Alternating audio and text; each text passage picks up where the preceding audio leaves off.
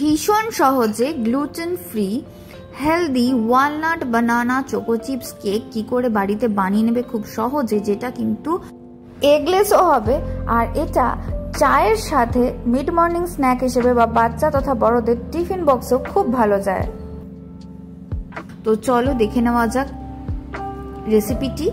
আর তার সাথে থাকছে আমার 8 বছরের বেকিং অভিজ্ঞতার সমস্ত টিপস অ্যান্ড ট্রিক্স।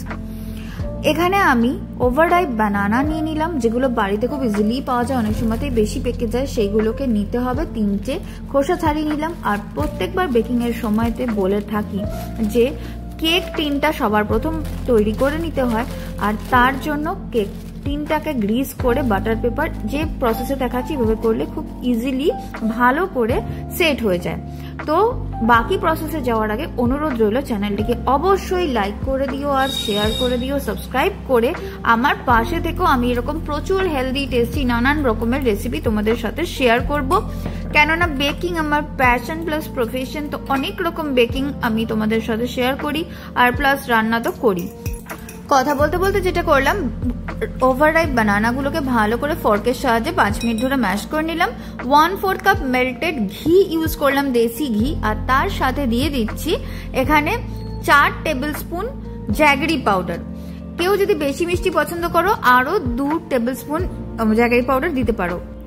আমার কলা যেগুলো রয়েছে সেগুলো খুব মিষ্টি, তাই জন্য আমি দিলাম না। 1/4 টিস্পুন এর মধ্যে মিশিয়েছিলাম সিনামন পাউডার, যেটা ওয়েট লসের জন্য কিন্তু ভীষণই হেলদি হয়। সব উপকরণ খুব ভালো করে ম্যাশ করে নিতে হবে। মিক্সার গ্রাইন্ডার জারেও সেটা করে নিতে পারো। 1 কাপ দিলাম ওটস ফ্লাওয়ার, আর এখানে দিচ্ছি 1/2 কাপ রাগি ফ্লাওয়ার। দুটোকে খুব ভালো করে সিভ করে নিলাম। এবার দিলাম 1 টিস্পুন বেকিং পাউডার আর 1/2 টিস্পুন দিলাম বেকিং সোডা। এইবারে এখানে আমি 1 কাপ দুধ নিয়েছি, তার মধ্যে 1 টিস্পুন দিয়ে দিলাম কফি। এটাকে ভালো করে মিশিয়ে এর মধ্যে দিয়ে দেবো। মেজারিং গুলো ভীষণ ইম্পর্টেন্ট, খেয়াল করো, তাহলে কিন্তু তোমাদের কেকও একদম পারফেক্ট হবে। ওটস ফ্লাওয়ার আমি বাজার থেকে কিনে আনিনি, যে রোলড ওটস আমার কাছে ছিল, মিক্সার গ্রাইন্ডার জারে ভালো করে গুঁড়ো করে সেটা ইউজ করলাম। এর মধ্যে দিয়ে দিলাম 1 টিস্পুন ভ্যানিলা এসেন্স। সব উপকরণ খুব ভালো করে মেশাতে হবে। কাট ফোল্ড মেথডে যেভাবে আমি মেশাচ্ছি এভাবে মিশিয়ে দিতে হবে, যাতে কোনো রকম লাম্প না থাকে, সেটা খেয়াল করবে। কফি অপশনাল, বাট দিলে খুব ভালো একটা ফ্লেভার আসে। এবার দিয়ে দিলাম 1 মুঠো চোকো চিপস। তোমরা এখানে আর একটু বেশিও দিতে পারো, কমও দিতে পারো, আপ টু ইউ। এবার আমরা বেকিং যে মোল্ডটা তৈরি করে রেখেছিলাম সেইটার মধ্যে এটাকে ট্রান্সফার করে দিলাম। গ্লুটেন ফ্রি কেক অনেক সময় একটু ক্রাম্বলি টেক্সচার হয়, মানে একটু ভেঙে যাওয়ার সম্ভাবনা থাকে, তবে এই যে প্রসেসে দেখাচ্ছি সেটাতে কিন্তু একটু ভেঙে যাবে না। ট্যাপ করে নেওয়াটা ভীষণ ইম্পর্টেন্ট। এখানে একটু শক্ত কলা, এটাকে স্লাইস করে দিয়েছি এরম ভাবে। এটা দিলে কলাটা ক্যারামেলাইজ হয়ে যায় আর ভীষণই ভালো খেতে হয়। এই কেকটা মিষ্টির ব্যালেন্স এত ভালো হয়, একটা কফির হালকা ফ্লেভার, চোকো চিপসের ফ্লেভার সব মিলিয়ে কেকটাকে অনবদ্য করে তোলে। আরো কিছু চোকো চিপস আমি ওপর থেকে সাজিয়ে দিচ্ছি। ওই যে আমি বলে থাকি মাঝে মাঝেই, পেলে দর্শনধারী ফির গুণ বিচারি, আমার বড়দিদি সবসময় এই কথাটি বলতেন। তো এখানে আমি ওয়ালনাটস দিয়ে দিচ্ছি বেশ অনেকটা। তোমরা তোমাদের পছন্দ মতো নাটস এখানে দিতে পারো, তবে ওয়ালনাট খুব হেলদি হয়, তাই জন্য আমি এখানে সমস্ত উপকরণই দেখলে আমি হেলদি করে করলাম। বাটার দিইনি বা তেল দিইনি, দেশি ঘি ইউজ করেছি। এবার আমার কেক টিন পুরোপুরি তৈরি হয়ে গেছে। এটাকে ট্যাপ করে নিলাম, দিয়ে একটা প্রি হিটেড ওভেনে আমি এটা বেক করে নেব কনভেকশন মোডে 180-তে 40 মিনিটের জন্য। আর তোমরা যদি ওটিজিতে করো তাহলে অবভিয়াসলি 180-তে 40 মিনিটসের জন্য করবে। চেক করে নেবে, স্কিওয়ার যখন ক্লিন বেরোবে তখন তোমরা বুঝে যাবে যে তোমাদের কেক তৈরি হয়ে গেছে। দেখো কেকটা কতটা সুন্দর দেখতে হয়েছে, দেখে বুঝতে পারছো। ওয়্যার র্যাকের উপরে 5 মিনিট কেক টিনেই রেখে দিয়েছিলাম।